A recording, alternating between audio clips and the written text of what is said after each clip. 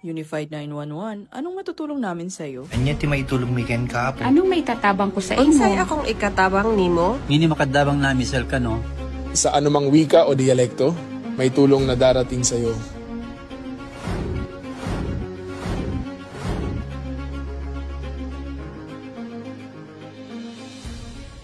Lilingkod sa bawat Pilipino at magbibigay ng tamang impormasyon para sa tahimik at maayos na Pilipinas. Police News Network, alagad ng batas, tagapagtaguyod ng balitang pulis, sandigan ng mamamayan, patnubay ng katotohanan. La Campo Crame, maghahatid ng pinakahuling kaganapan at nagbabagang balita. Ito ang PNN Police News Network. At ngayon, ang inyong mga tagapagbalita. Magandang araw, Bagong Pilipinas. Ako ang inyong tagapagbalita, tagataguyod ng Balitang Pulis, NUP Loreto Bonifacio Concepcion. At ngayong araw ng Miyerkules, muli nating makasama bilang special guest co-host si Ms. Jihaine Jaira Hernandez, former Miss Teen International Grand Winner and Sparkle GMA7 Artist 2023. Magandang umaga sa iyo, Ms. Jaira. Magandang umaga po, Sir Ethan, at magandang umaga sa ating mga manonood ngayon. Huwag po nating kalimutan i-like, i-follow at i-subscribe ang page ng Philippine National Police, Police Community Affairs and Development Group PICAG Tagapag-Ugnay at Police News Network. Kami po ay maghahatid sa inyo ng tamang balita, kwento ng pulis at serbisyo para sa mamamayan. At ito ang PNP News Online. Ang pangunahing balita ng Police News Network, alagad ng batas, tagataguyod ng Balitang Pulis.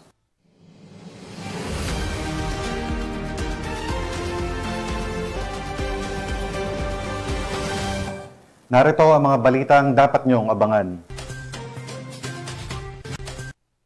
Mga iligal na baril at bala nasabat, 2 arestado sa Comelec checkpoint sa Maguindanao del Sur.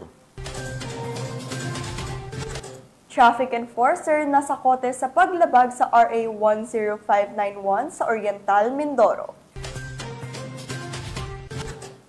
At miyembro ng Communist Terrorist Group nagbalik loob sa pamahalaan sa Tacloban City.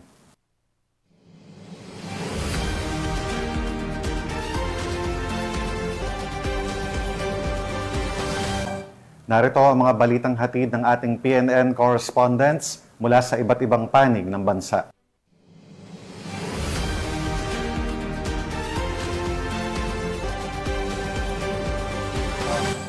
Simulan natin ang balita mula sa bahagi ng Luzon.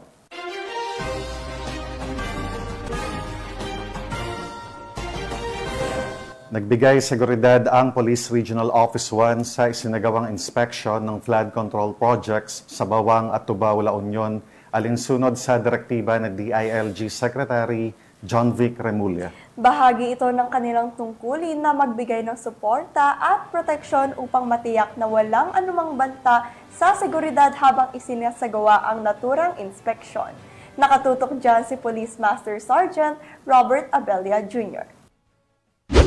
Nagbigay ng seguridad ang mga tauhan ng Police Regional Office 1 sa isinagawang inspeksyon ng malalaking flood control projects sa bayan ng Bawang at Tubao, La Union noong Setyembre 16, 2025. Pinangunahan ni Police Brigadier General Dindo R. Reyes, Regional Director ng PRO1, ang pagsama kay Independent Commission for Infrastructure Special Advisor Benjamin Magalong at Department of Public Works and Highways Secretary Vince Dizon sa pagbisita at pag-inspeksyon ng mga proyekto. Ang pagbibigay ng seguridad ng PRO1 ay alinsunod sa direktiba ng Department of Interior and Local Government Secretary John Vic Remulla, bunsod ng mga banta na natatanggap ng mga tauhan at inhinyero ng DPWH habang nagsasagawa ng inspeksyon sa mga flood control projects. Binigyang diin ni Remulla na ang presensya ng PNP ay mahalaga upang matiyak ang kaligtasan ng mga nagsasagawa ng proyekto at maiwasan ang anumang posibleng panghaharas o pananabutahe. Layunin ng inisyatiba na matiyak ang maayos at tapat na pagpapatupad ng mga proyektong pang-infrastruktura bilang tugon sa panawagan ni Pangulong Ferdinand R. Marcos Jr. na siguraduhing makikinabang ang mamamayan sa mga programang nakalaan para sa kanila. Tiniyak ng Philippine National Police ang buong pakikipagtulungan sa pagbibigay seguridad at pagsubaybay sa malalaking proyektong pang-infrastruktura na pinangungunahan ng DPWH. Sa huli, Ipinapakita ng pagkakaisa ng pamahalaan at kapulisan na ang lahat ng proyekto ay kailangang maisakatuparan ng tapat, maayos at ligtas para sa kapakanan ng mamamayan, isang hakbang tungo sa pagbuo ng isang bagong Pilipinas. Mula dito sa Ilocos Region, ako po ang inyong PNN correspondent, Police Master Sergeant Robert Abella Jr., alagad ng batas, tagataguyod ng Balitang Pulis. Maraming salamat, Police Master Sergeant Robert Abella Jr. Kulungan ng bagsak ng top 5 municipal most wanted person sa ikinasang operasyon ng Morong Municipal Police Station sa Sitio Bangbang, Barangay Binaritan, Morong, Bataan. Yan ang tinutukan ni Patrolwoman Lixen Reyes Saweran.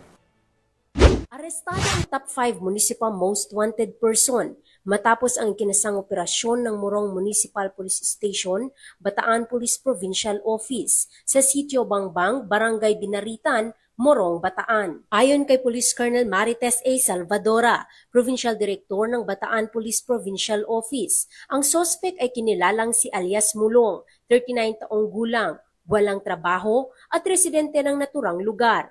Naaresto sa bisa ng warrant of arrest para sa kasong paglabag sa Section 12, Article 2 ng Republic Act 9165 o Comprehensive Dangerous Drugs Act of 2002. Sa sinagawang protective search, matapos ang pag-aresto, nakumpiska mula sa aktwal na pag-iingat ng sospek ang 3 maliit na sachet ng hinihinalang shabu na may kabuuang bigat na 17 gramo at tinatayang standard drug price na 115,600 pesos. Sa kasalukuyan, ang naarestong sospek at mga ebidensya ay nasa kustodiya ng Morong MPS para sa tamang dokumentasyon, karampatang disposisyon at pagsasampa ng kaukulang kaso. Patuloy ang mas pinaigting na operasyon ng ating mga kapulisan laban sa kriminalidad at ilegal na droga upang matiyak ang kaligtasan at kapayapaan ng komunidad.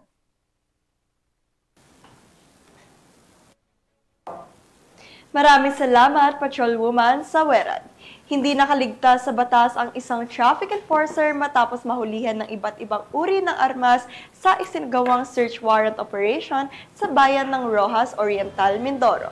Nakibalita dyan si Patrolwoman Eloisa Beredo.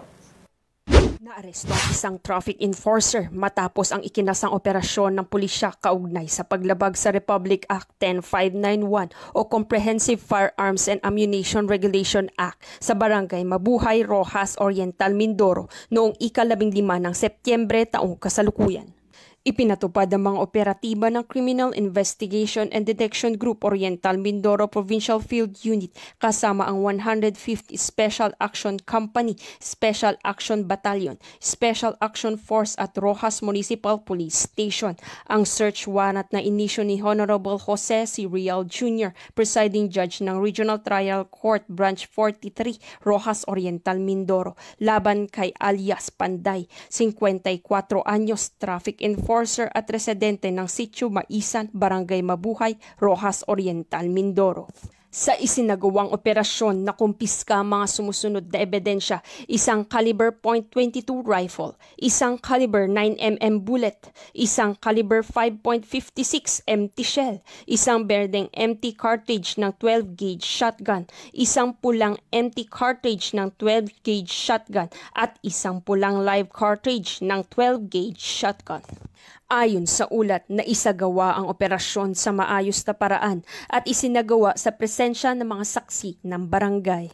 Naipabatid kay alias Panday ang kanyang mga karapatan at kasalukuyan siya ay nasa kustodiyan ng Criminal Investigation and Detection Group Oriental Mindoro Provincial Field Unit para sa kaukulang dokumentasyon at wastong disposisyon.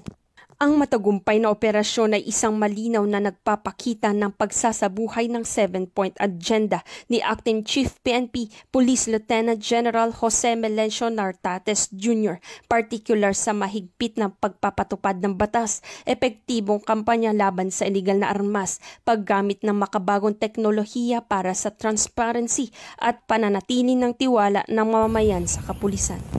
Mula dito sa Calapan City, Oriental, Mindoro, ako ang inyong PNN Correspondent Patrolwoman Eloisa Joy Beredo, alagad ng batas, tagataguyod ng Balitang Pulis. Maraming salamat, Patrolwoman Eloisa Beredo.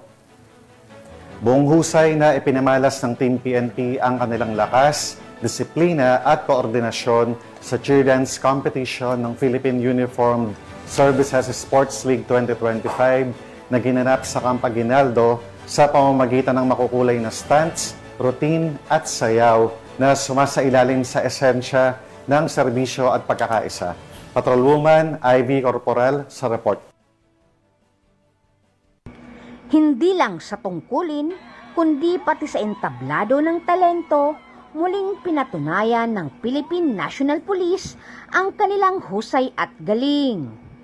Ganito umarangkada ang PNP sa cheer dance competition ng Philippine Uniformed Service Sport League 2025 na ginanap nitong September 16 taong kasalukuyan sa Camp General Emilio Aguinaldo, Quezon City, kung saan naiuwi nila ang karangalan ng first runner-up. Tampok sa kompetisyon ang matitinding performance mula sa iba't ibang uniform agency kabilang ang Bureau of Customs, Bureau of Correction, Philippine Navy, Philippine Air Force, Philippine Army, Bureau of Jail Management and Penology at Philippine National Police. Sa kanilang pagtatanghal, ipinamalas ng PNP ang kakaibang energy, disiplina at teamwork na umani ng palakpakan mula sa manonood at nagbigay daan upang maiuwi ang kanilang ikalawang pinakamataas na pangarangal. Higit pa sa makukulay na sayawan, ang nasabing paligsahan ay naglalayong palakasin ang camaraderie, sportsmanship at pagkakaisa sa pagitan ng uniform services. Para sa PNP, ang pagkilalang ito ay patunay na hindi lamang sila naglilingkod para sa kapayapaan, kundi may angking talento rin na ipagmamalaki sa ralangan ng sining at palakasan. Sa huli, ang kanilang tagumpay ay nagsilbing inspirasyon na ang PNP laging handa sa serbisyo, talento at galing. Mula dito sa Camp Bagong Diwa, Bikutan, Taguig City, ako po ang inyong PNN correspondent, Patrolwoman Ivy Corporal, alagad ng batas, tagataguyod ng Balitang Pulis. Maraming salamat, Patrolwoman Corporal. Nagsagawa ng Information Awareness Drive ang Regional Police Community Affairs and Development Unit 4A sa University of Perpetual Health System, Laguna. Yan ang balitang hatid ni Patrolwoman Rosemary Rapids. Gawa ng Information Awareness Drive ng Regional Police Community Affairs and Development Unit 4A ngayong September 16, 2025. Bilang bahagi ng pagdiriwang ng National Crime Prevention Week 2025, pinangunahan ni Police Colonel Mildred E. Patam, hepe ng Arpicado 4A ang naturang aktibidad na ginanap sa Performing Arts and Theater ng University of Perpetual Health System, Laguna, Binyan Campus, Barangay Santo Niño. Katuwang dito ang Napolcom 4A, Vraco 4A at My Brother's Keeper Pro 4A. Dumalo ang mahigit 200 participants na kinabibilangan ng mga estudyanteng kumukuha ng kursong kriminology mula unang taon hanggang ika-4 na taon kasama ang kanilang mga guro. We would like from the University of Perpetual Health College of Criminology would like to extend our gratitude to Arpicado 4A for conducting this seminar and for making our students broaden their horizon when it comes to crime prevention. Hopefully, in the near future, we will be conducting again this seminar. Thank you very much. Layo ng programa na mas mapalawak ang kaalaman ng mga kabataan hinggil sa crime prevention at mas pagtibayin ang pakikipag-ugnayan ng pulisya sa mga paaralan at komunidad.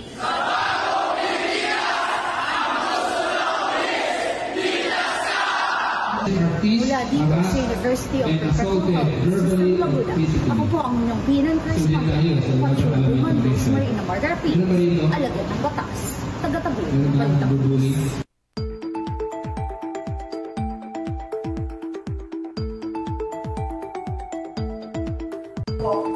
Patuloy na tinatahak ng Tropical Depression Mirasol ang Northern Luzon matapos mamataan ang sentro nito sa San Agustin, Isabela.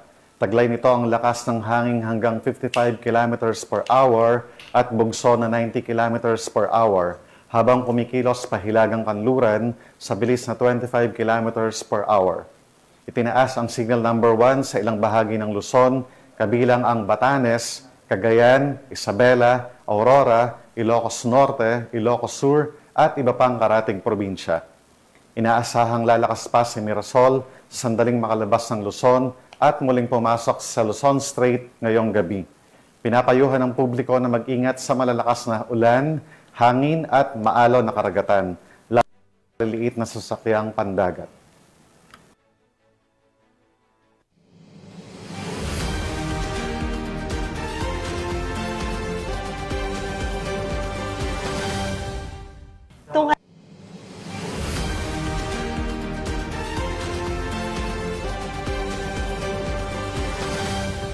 Tunghayan naman natin ang mga balita mula sa Visayas.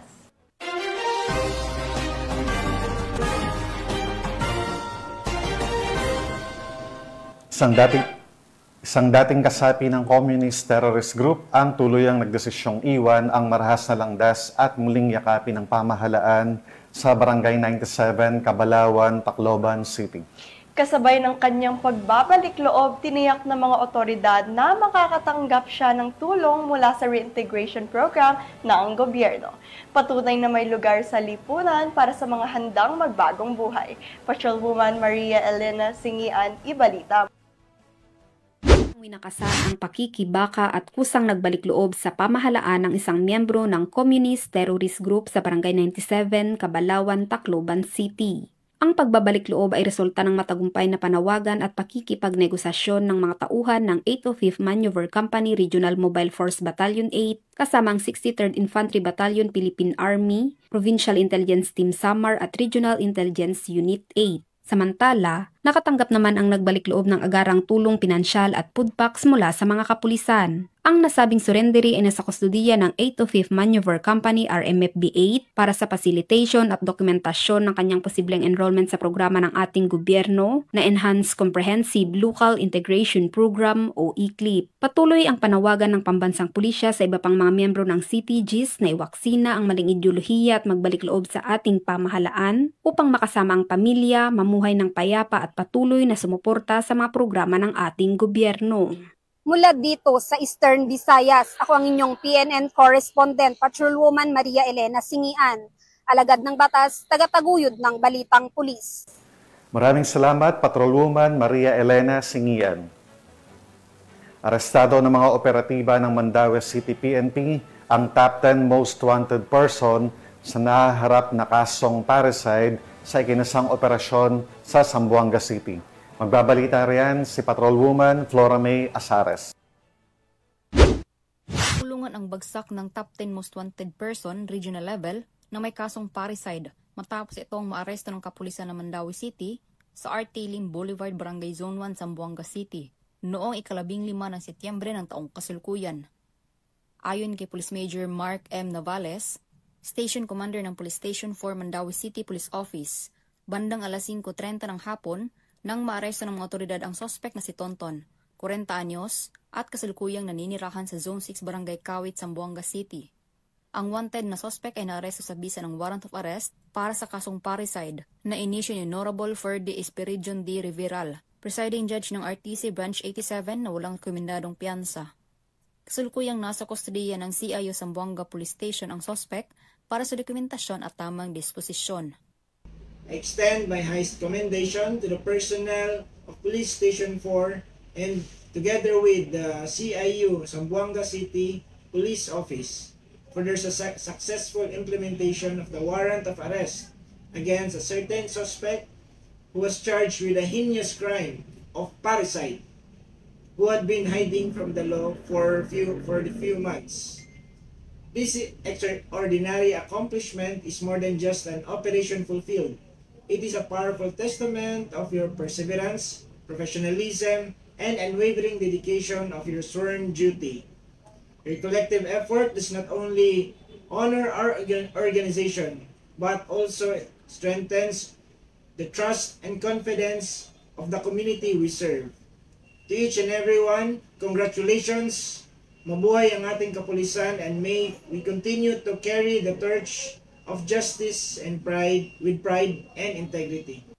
Mula dito sa Mandaue City, ako ay inyong Police News Network correspondent, Patrolwoman Flora May Asares. alagad ng batas, tagataguyod ng Balitang Pulis.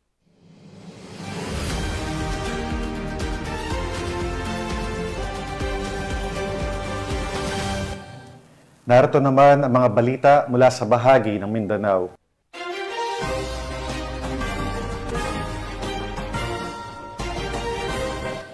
Naaresto ang 2 individual matapos makumpiskahan ng mga iligal na baril at bala sa isang COMELEC checkpoint ng Datu Salibo Municipal Police Station sa Maguindanao del Sur. Bahagi ang naturang checkpoint ng pinaigting na seguridad upang matiyak ang mapayapa at maayos na eleksyon at maiwasan ang anumang banta ng karahasan. Patrolwoman Veronica Lagi sa balita. Nasabat ang mga iligal na baril at bala habang arestado ang 2 individual sa isinagawang COMELEC checkpoint ng Datu Salibo MPS sa barangay sa Bulawa, Maguindanao del Sur. Nito lamang 16 ng Setyembre taong kasalukuyan. Kinilala ni Police Colonel Sultan Samal Sapal, Provincial Director ng Maguindanao del Sur Police Provincial Office, ang mga suspect na sina alias Musa at Noureddin na pawang nasa 8 taong gulang. Ayon sa ulat, habang isinasagawa ang checkpoint operation ng Datu Salibo Municipal Police Station, nang sitahin ang isang Toyota Hilux na sasakyan, nang mapansin ng mga pulis ang ilang mga baril na lantad sa loob ng sasakyan. Nang hingan ng kaukulang dokumento ang mga ito, kabilang na ang COMELEC Gun Ban Exemption Permit, bigo ang mga suspect na magpakita ng alinman dito, dahilan ng agarang pagkakaaresto ng mga ito. Nakumpiska sa mga suspect ang isang Elisco 5.56mm rifle, isang Colt 5.56mm rifle, isang Armscore caliber 45 pistol at isang shooter caliber 45 pistol. At kaagad nang dinala sa Datu Salibo MPS kasama ang mga suspect para sa wastong dokumentasyon at pagsasampa ng kaukulang kaso. Pinuri naman ni Police Colonel Sapal ang pagiging alerto ng checkpoint team at tiniyak ang tuloy-tuloy na dedikasyon ng PNP sa pagbabantay ng komunidad lalo na sa papalapit na BARM parliamentary elections. Muling nananawagan ang Maguindanao del Sur PPO sa publiko na iulat ang anumang kahina-hinalang gawain o mga taong may baril na walang kaukulang pahintulot. Ang pagiging mapagmatyag at pakikipagtulungan ng mamamayan ay mahalagang sandigan sa pagpapanatili ng kapayapaan at kaayusan sa lalawigan. Mula rito sa rehiyon ng Bangsamoro, ako ang inyong Police News Network Correspondent, Patrolwoman Veronica Lagi, alagad ng batas, tagataguyod ng Balitang Pulis. Maraming salamat, Patrolwoman Veronica Lagi. Isang operasyon kontra iligal na droga sa Polomolok, South Cotabato ang nagbukas ng mas malalim na banta sa seguridad ng bayan matapos mahuli ang isang suspect na hindi lamang may dalang shabu, kundi pati baril at granada. Patrolwoman Ara Cassandra Concon sa balita. Arestado ang isang lalaking kinilalang si alias Jean, 48 anyos, matapos masamsam sa kanyang bahay ang inihinalang shabu na nagkakahalaga ng 246,960 pesos at isang 45 caliber pistol at isang granada sa bisa ng search warrant operation sa Barangay Coronadal proper. Na-recover din ang drug paraphernalia at 5 bala ng baril. Sa ngayon ay nasa kustudiya na ng Polomolok Municipal Police Station ang suspect habang inihanda na ang kasong isasampa. Tiniyak naman ng PRO 12 ang pagpapatuloy ng kampanya kontra iligal na droga at mga loose firearms bilang bahagi ng advokasya ng Bagong Pilipinas.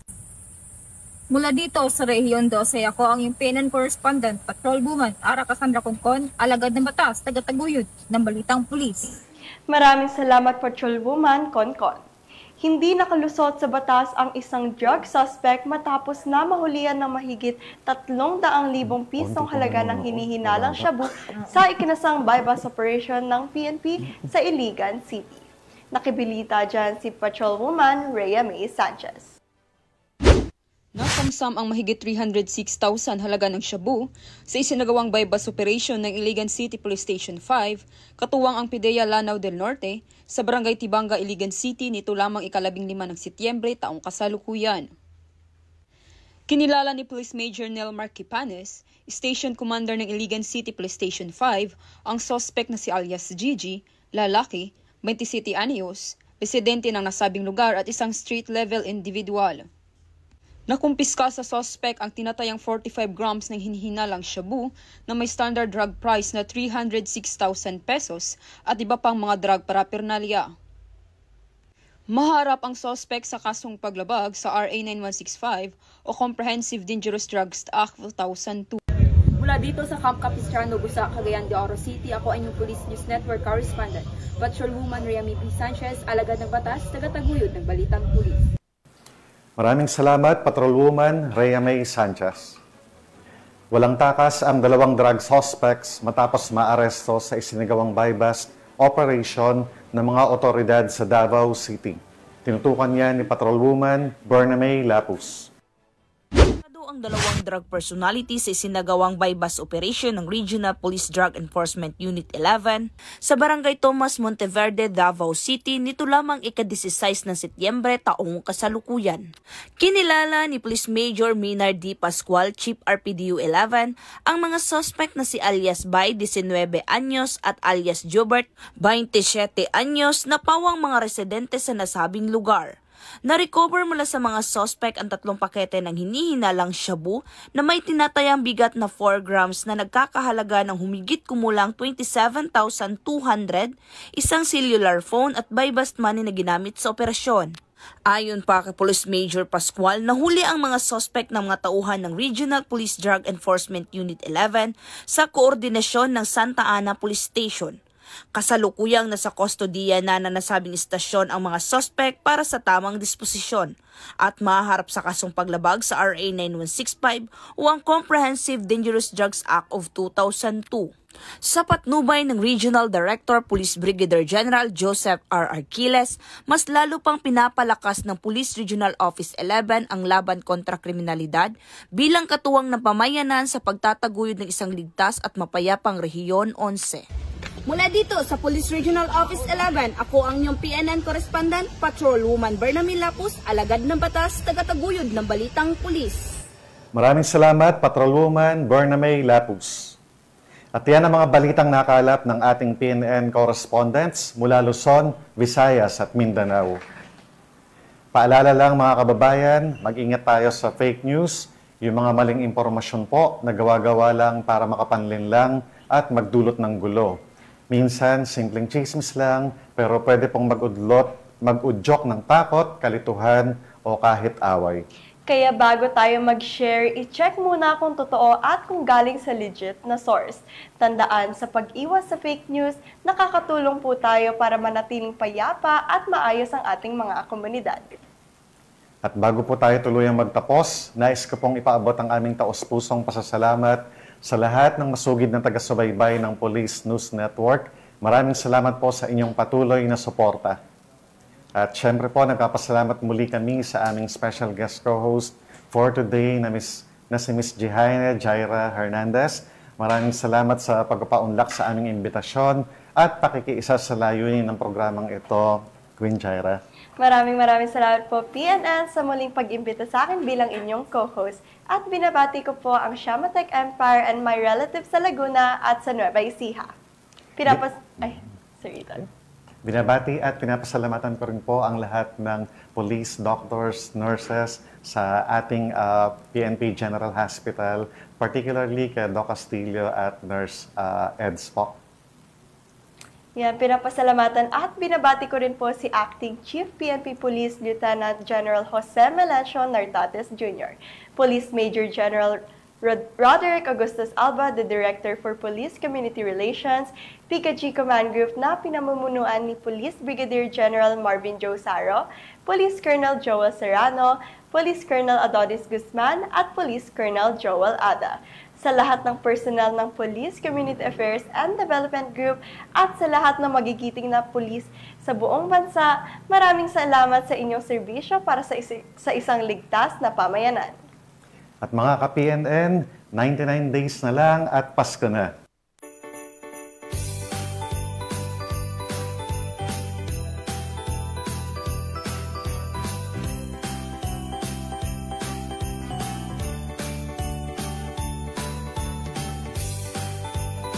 Sa ngalan ng pamunuan ng Philippine National Police sa pangunguna ni Acting Chief PNP Police Lieutenant General Jose Melencio Nartates Jr.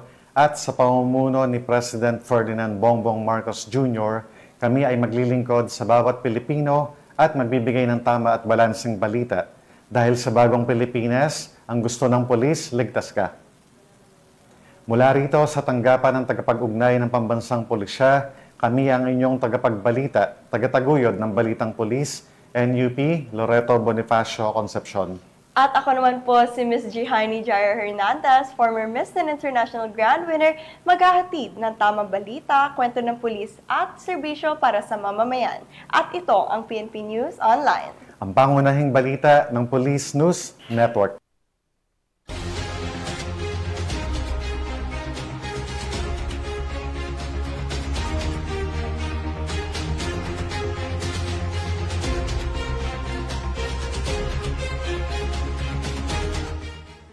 Police News Network, alagad ng batas, tagapagtaguyod ng balitang pulis.